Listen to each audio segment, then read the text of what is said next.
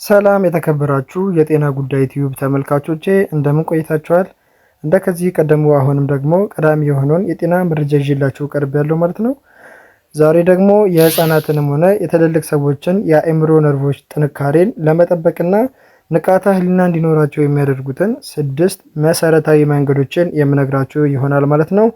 እንግዲህ ውድ ተመልካቾቼ ቻናሉ የሚለቃቸውን የጤና መረጃዎች ዳግም ለማግኘት ከፈለጋችሁ ደግሞ የሰብስክራይብ እና ላይክ ምልክቷን አንድ ጊዜ ነካ ማድረጋችሁን እንዲሁም ኮሜንት መጻፋችሁን እንዳትዘነጉ እላለሁኝ። እስከ ፍጻሜያችን ድረስ መልካም ቆይታ ይሁንላችሁ። የነርቭ ስርዓት ወይም ነርቨስ ሲስተም በምናደርገው ነገር ሁሉ ውስጥ ትልቅ ሚና አለው። የነርቭ ስርዓት 3 ዋና ዋና ክፍሎች ያሉት ሲሆን እነሱም አንጎል፣ አከርካሪ ገመድና ነርቮች ናቸው። እነዚህ የአንጎል ክፍሎች እንድትንቀሳቀሱ እንድታስቡና እንዲሰሟችሁ የሚያደርጉ ናቸው።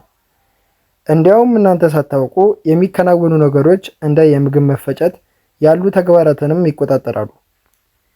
የነርቭ ስርዓት የሰውነት መቆጣጠሪያ ማዕከል ስለሆነ አንጎልን፣ አከርካሪ አጥንትንና ነርቮችን ያቀፈ ነው። የነርቭ ስርዓት የሚሰራው መልእክቶችን ወይም የኤሌክትሪክ ምልክቶችን በአንጎልና በሌሎች የሰውነት ክፍሎች መካከል በመላክ ነው። እነዚህ ምልክቶች ለምሳሌ እንድትተነፍሱ፣ እንድትዘዋወሩ፣ እንድትናገሩና እንድታዩ ይነግሯቸዋል። የነርቭ ስርዓት በሰውነት ውስጥም ሆነ ከውጪ ምን እየተከናወነ እንዳለ ይከታተላል። እንዲሁም ባሉበት በማንኛውም ሁኔታ ውስጥ እንዴት ምላሽ መስጠት እንዳለበት ይወስናል። እንዲሁም እንደ ሀሳቦችና ትውስታ ያሉ ውስብስብ ሂደቶችንም ይቆጣጠራል። በተጨማሪም ሰውነታችሁ ሳያስበው በሚያደርጋቸው እንደ መቅላት፣ ማላብና አይን ብልጭ ድርግም ማድረግ ባሉ ነገሮች ውስጥም ቢሆን ሚናን ይጫወታል። የነርቭ ስርዓታችን በሰውነታችን ውስጥ መልእክቶችን ወይም ሲግናሎች ለመላክ ኒውሮኖችን የሚባሉ የነርቭ ሴሎችን ይጠቀማል። እነዚህ ኤሌክትሪክ ምልክቶች በአንጎላችን፣ በቆዳችን፣ በአካላችን በእጢዎቻችንና በጡንቾቻችን መካከል ይጓዛሉ። እነዚህ መልእክቶች እጅና እግራችንን ለማንቀሳቀስና ህመም የመሰሉ ስሜቶችን ለመሰማት ይረዱናል። አይኖቻችን፣ ጆሮዎቻችን፣ ምላሶቻችን፣ አፍንጫዎቻችንና በሰውነታችን ውስጥ ያሉ ሁሉም የነርቭ መስመሮች ስለ አካባቢያችን መረጃ ይቀበላሉ። ከዚያም ነርቮች ያንን መረጃ ወደ አንጎል ያደርሳሉ። ከዛ ደግሞ መልሰው ተገቢውን ምላሽ ከአንጎል ይወስዳሉ ማለት ነው። በዚህ ሂደት ውስጥ ደግሞ የተለያዩ የኒውሮን አይነቶች ያሉ ሲሆን እያንዳንዱ የኒውሮን አይነት የተለየ ስራ አለው ማለት ነው። ለምሳሌ የሞተር ነርቮች የሚባሉት ከአንጎልና የጀርባ አጥንት ወደ ጡንቻዎች ምልክቶችን ይወስዳሉ። ይህም ደግሞ እንድንንቀሳቀስ ይረዱናል ማለት ነው። በተጨማሪም በመተንፈስ በመዋጥና በመናገር ላይም ያገዙናል ማለት ነው። ሌላው ደግሞ የስሜት ህዋስ ነርቮች ናቸው። የስሜት ህዋስ ነርቮች ከስሜት ህዋሳት ማለትም የምናየውን፣ የምንነካውን እንዲሁም የምንቀምሰውን ወዘተ መረጃዎችን ወደ አንጎላችን የሚወስዱ ነርቮች ናቸው ማለት ነው። ሌላው ደግሞ ኢንተር ነርቮች ናቸው። ኢንተር ነርቮች በሞተርና በስሜት ህዋሶች መካከል የሚገኙ ሲሆን እነዚህ ነርቮች ለስሜት ህዋሳት ምላሽ የእኛን እንቅስቃሴ ይቆጣጠራሉ። እንዲሁም እንዴት መማር እንዳለብን፣ እንዴት ማሰብ እንዳለብንና ማስታወስ ያለብን ነገሮች ላይ ሁሉ ትልቅ ሚናን ይጫወታሉ ማለት ነው። እያንዳንዱ አእምሮ በእድሜ ልዩነቶች ሁሉ የሚለወጥ ሲሆን የአእምሮ ተግባርም ከነሱ ጋር አብሮ ይለወጣል። የአእምሮ ማሽቆልቆል የተለመደ እና እንዲሁም በእድሜ መግፋት ምክንያት ከሚፈሩ መዘዞች መካከል አንዱ ነው። ሆኖም የእውቀት ወይም ኮግኒቲቭ መጎዳት ደግሞ ከዚሁ ጋር አብሮ የሚዳከምበት ሁኔታም ሊፈጠር ይችላል ማለት ነው። ከዚህ በመቀጠል ደግሞ እነዚህ ነገሮች እንዳይፈጠሩና የነበረን የአእምሮ ንቃተ ህሊና አብሮን እንዲቀጥል እንዲሁም የአእምሮን ተግባር ለመጠበቅ የሚረዱንን 6 መሰረታዊ መንገዶችን የምነግራችሁ ይሆናል ማለት ነው።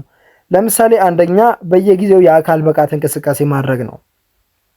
የአካል ብቃት እንቅስቃሴ ብዙ የታወቁ ጥቅሞች ያሉት ሲሆን መደበኛ የአካል እንቅስቃሴ ደግሞ አንጎልን የሚጠቅሙ ነው እናገኘዋለን። በርካታ የምርምር ጥናቶች እንደሚያሳዩት በአካል ንቁ የሆኑ ሰዎች የአእምሮ ተግባራቸው የመቀነስ እድላቸው አነስተኛ ሲሆን በአልዛይመርስ በሽታ የመያዝ እድላቸውም ዝቅተኛ ነው። እነዚህ ጥቅሞች የሚመጡት የአካል ብቃት እንቅስቃሴ በሚያደርጉበት ጊዜ ወደ አንጎላቸው የሚፈሰው የደም መጠን በመጨመሩ ምክንያት ነው። እንዲሁም በእርጅና ጊዜ የሚከሰተውን የአንጎል ግንኙነቶች ተፈጥሯዊ ቅነሳ ለመቋቋምና አንዳንድ ችግሮችን ለመቀልበስም ይረዳቸዋል። በቀን ውስጥ ቢያንስ ከ30 እስከ 60 ደቂቃዎች ለብዙ ጊዜያት የአካል ብቃት እንቅስቃሴ ለማድረግ ብትሞክሩ እንዲሁም መራመድ፣ መዋኘት፣ ቴኒስ መጫወት ወይም ደግሞ የልብ ምታችንን የሚጨምር ማንኛውንም መጠነኛ ኤሮቢክ እንቅስቃሴ ማድረግ ከአካላዊ ጠቀሜታውን በተጨማሪ የአእምሮ ንቃትንም ይጨምረዋል ማለት ነው። ሁለተኛ ደግሞ በቂ እንቅልፍ ማግኘት ያስፈልጋቸዋል። እንቅልፍ ለአእምሮ ጤንነት ትልቅ ሚናን የሚጫወትና አንዳንድ ንድፈ ሐሳቦች እንደሚገልጹት ከሆነ ደግሞ እንቅልፍ በአእምሮ ውስጥ ያሉ ያልተለመዱ ፕሮቲኖችን ለማጽዳትና ትዝታዎችን ለማጠናከር እንዲሁም ለመሰብሰብ ይረዳል።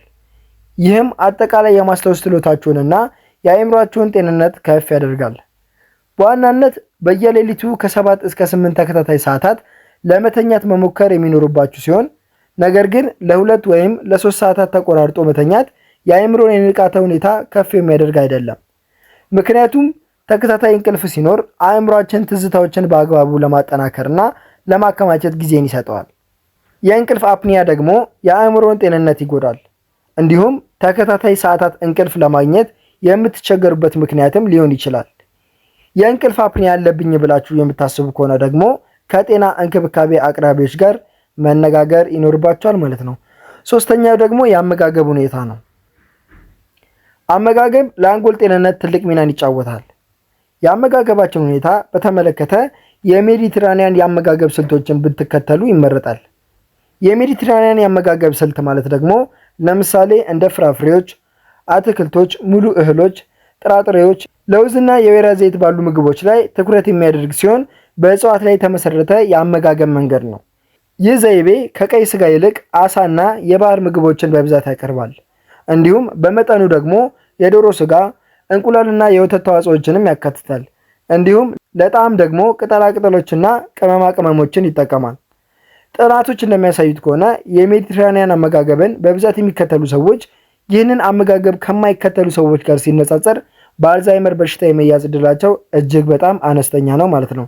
በተለይ ደግሞ የወይራ ዘይት እና በሌሎች ጤናማ ቅባቶች ውስጥ የሚገኙት ኦሜጋ ፋቲ አሲዶች ሴሎቻችሁ በትክክል እንዲሰሩ ለማድረግ ወሳኝ ነገሮች ናቸው። እነዚህም ለልብ ደም ቧንቧ በሽታ ተጋላጭነትን የሚቀንሱ፣ የአእምሮ ትኩረትን የሚጨምሩና በዕድሜ የገፋ አዋቂም ላይ የእውቀት ማሽቆልቆልን የሚቀንሱ ናቸው ማለት ነው። አራተኛ ደግሞ በአእምሮ ንቁ መሆን ይኖርባቸዋል። አእምሮ እንደ ጡንቻ ነው፣ ካልተጠቀሙበት ይዳከማል። አእምሯችሁን ቅርጽ እንዲይዝ ለማድረግ ልታደርጓቸው የምትችሏቸው ብዙ ነገሮች አሉ። ለምሳሌ መስራት፣ ማንበብ ወይም ደግሞ ፐዝል መገጣጠም እንዲሁም የመሳሰሉትን በምታደርጉበት ጊዜ አእምሯችሁ በማንበብ ወይም ራሳችሁን በእንቆቅልሾች በምትፈትኑበት ወቅት አእምሯችሁ እንደነዚህ አይነት ጥሩ የአካል ብቃት እንቅስቃሴ ሊያገኝ አይችልም። በመጨረሻም ብዙ ቴሌቪዥን ባትመለከቱ ይመከራል። ምክንያቱም ይህ ፓሲቭ አክሽን ስለሆነ አእምሯችሁን ለማነቃቃት የሚሰጠው አስተዋጽኦ እጅግ በጣም አነስተኛ ነው። እንዲሁም 2 ወይም ከዚያ በላይ የሆኑ የትኩረት ወይም የፍላጎት መስኮችን በማጣመር አዲስና ጠቃሚ የሆነ ነገር መፍጠር ይኖርባቸዋል። ለምሳሌ እንደ ስነ ጥበብና ሳይንስን በመቀላቀል አዲስ ነገር መፍጠር የአእምሮን ንቃት ከሚጨምሩ ተግባራት ውስጥ ዋነኞቹ ናቸው። ይህ አይነቱ አስተሳሰብ የተለያዩ የአእምሮ ክፍሎችን አብረው እንዲሰሩ፣ ጠንካራ የነርቭ መስመሮች እንዲገነቡና ወሳኝና ፈጣን ተግባራትን እንድታሻሽሉ ያደርጋቸዋል ማለት ነው። ይህ ሂደት ለረጅም ጊዜ ከተተገበረ እንግዲህ አእምሯችሁ አዲስ የአስተሳሰብ መንገዶችን ሊከፍትና መኖራቸውን የማታውቋቸው በሮች እንዲከፈቱ እንዲሁም አዳዲስ ነገሮችን እንዲፈጥር ሊረዳው ይችላል ማለት ነው። አምስተኛ ደግሞ ከማህበራዊ ህይወት ጋር ተሳትፎ መኖር ይኖርባችኋል። ማህበራዊ ግንኙነት የመርሳት ችግርን ሊያስከትሉ የሚችሉ የመንፈስ ጭንቀትን ለመከላከልም ይረዳል። በተለይ ብቻችሁን የምትኖሩ ከሆነ ከምትወዷቸው ሰዎች፣ ከጓደኞቻችሁና ከሌሎች ጋር ለመገናኘት እድሎችን መፈለግ ይኖርባችኋል። ጥናቶች እንደሚያመለክቱት ከሆነ ብቻ መሆን የአንጎል ህዋሳት እንዲመነምኑ ያደርጋል። ስለዚህ በማህበራዊ ህይወት ውስጥ ንቁ ሆኖ መቆየት ተቃራኒን ውጤት በማምጣት የአንጎላችሁን ጤንነት ያጠናክራል ማለት ነው። እንዲሁም በከተማ ዙሪያ መዘዋወርን የመሰሉ ብዙ የዕለት ተዕለት ተግባራት ቀላል ቢመስሉም ነገር ግን እነዚህ እንቅስቃሴዎች በራስ ሰር ሁኔታ ውስጥ ሆነን እናከናውናቸዋለን።